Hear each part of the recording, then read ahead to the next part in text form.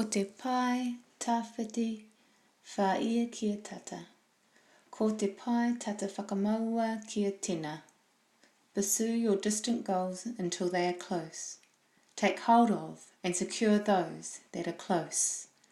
This is my mid-year philosophy in July 2019.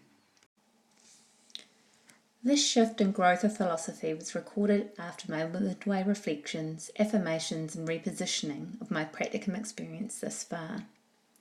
This philosophy is but a snapshot that encapsulates my learning journey at its halfway point and identifies adaptations made in light of feedback and my aspirations moving forward.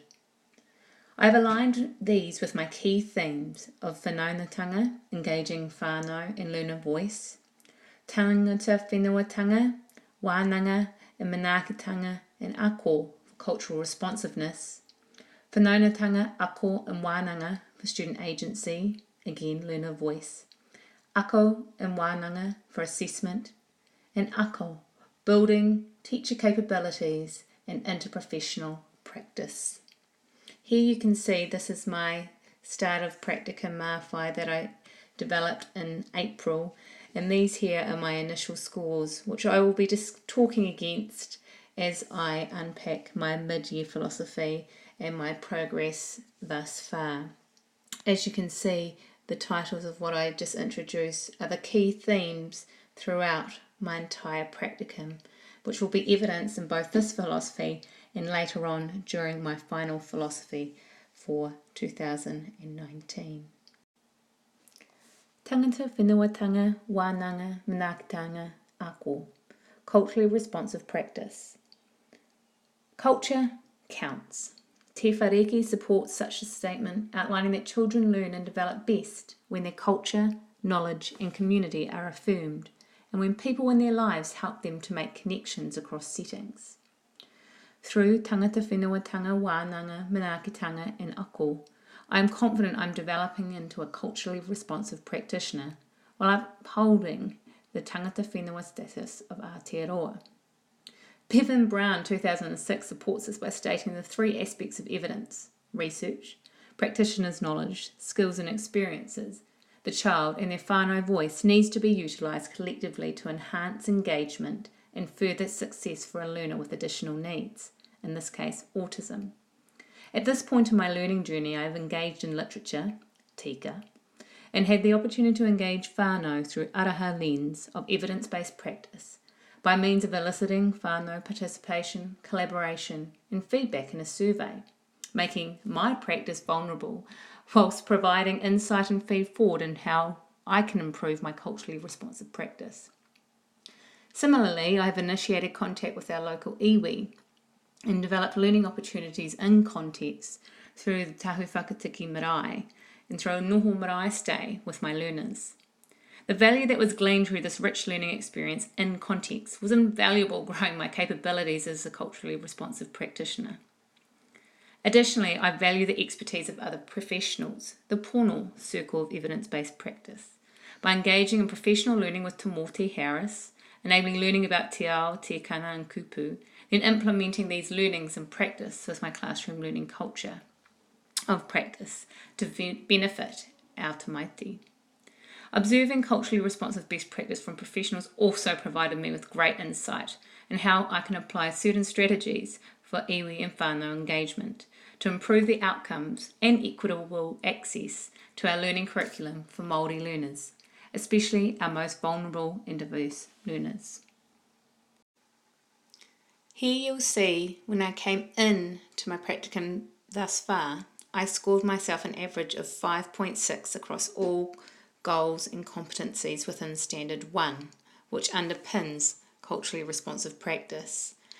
At this stage, I'm currently scoring myself a 7 on average across all competencies and goals, due to the fact I've had increased opportunities to engage in culturally responsive practice, learn from professionals in culturally responsive practice, and learn with other professionals and my learners to be more culturally responsive in my practice as well.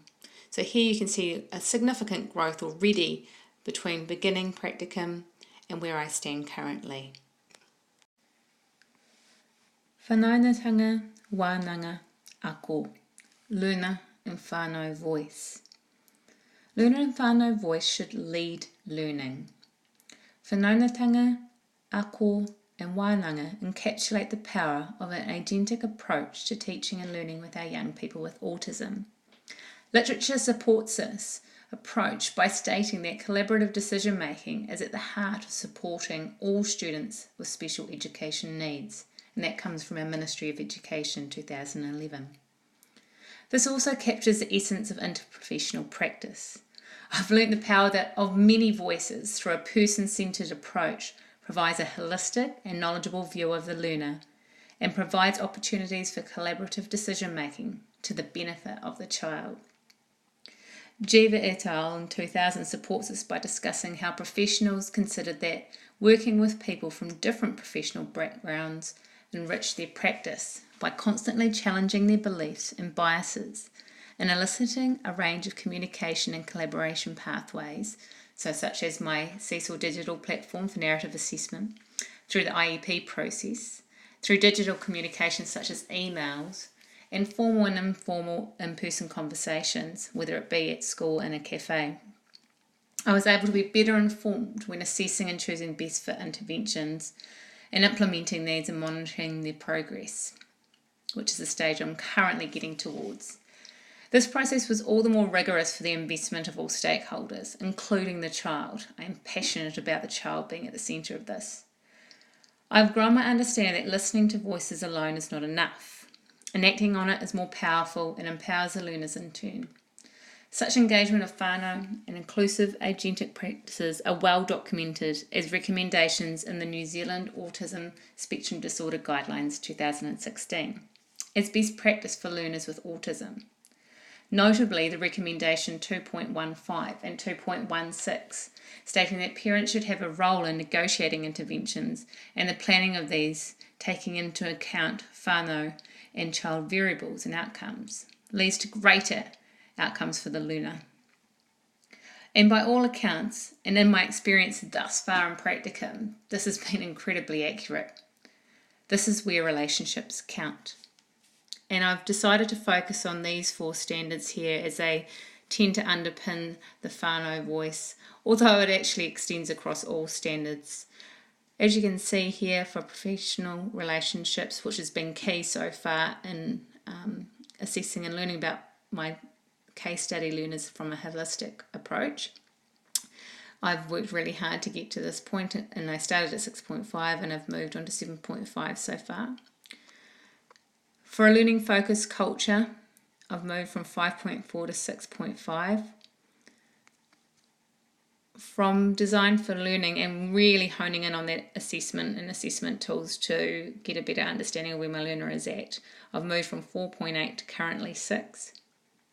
And for teaching, which is actually implementing everything across the entire practicum in practice, I've currently moved from a 6 average across all standards, all competencies and goals to a 7. So there's clear progress being made, and again, like I say, it could be evidenced across the entire practicum, across all standards. Wānanga ako, assessment. Assessment is a compass. It can aid, guidance, and inform practice and future focus. It is a necessity in practice, although it must be charted with care.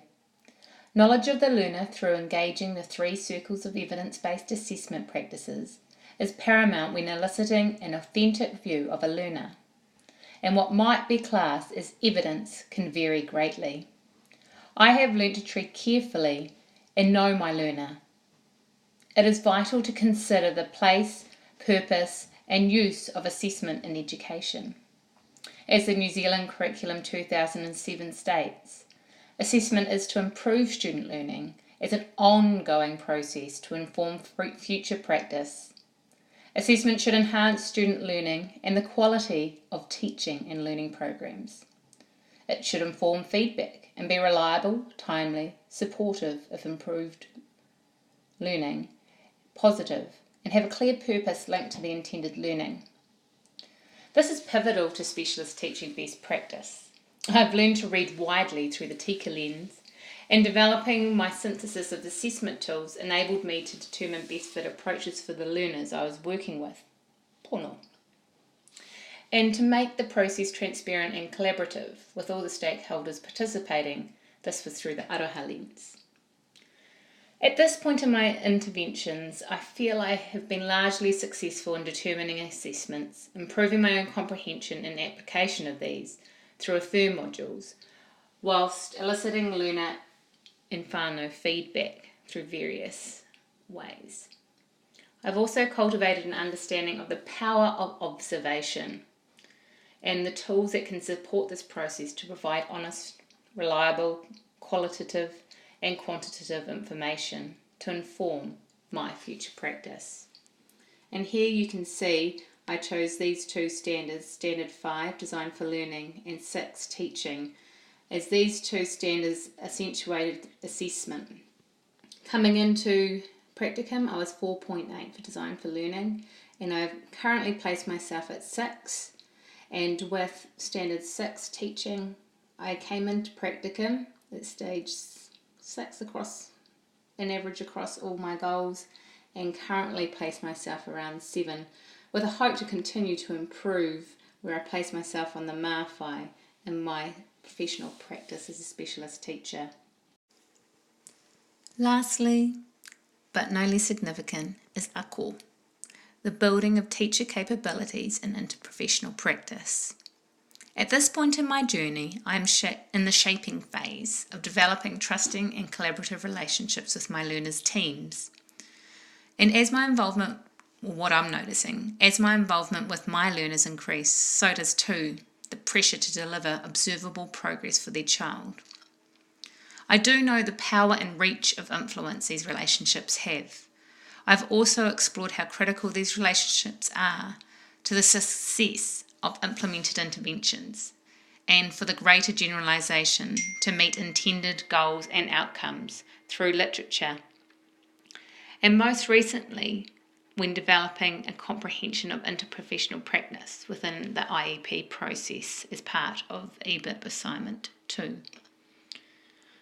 When professional collaboration has been promoted, groups experience high levels of trust, mutual understanding and teamwork. That was Clark 2011.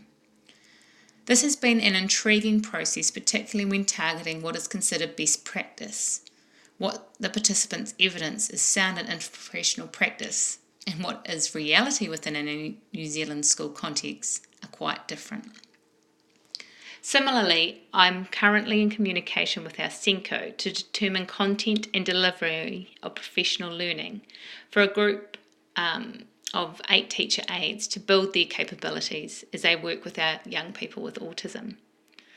I feel quite humbled by this experience that I'm yet to have, but I do feel it's an opportunity to entrench and revisit much of my learning to date, and also to learn how to evolve that learning into tangible, specific and relevant learning for those teachers entrusted in my current knowledge and expertise in the area of autism.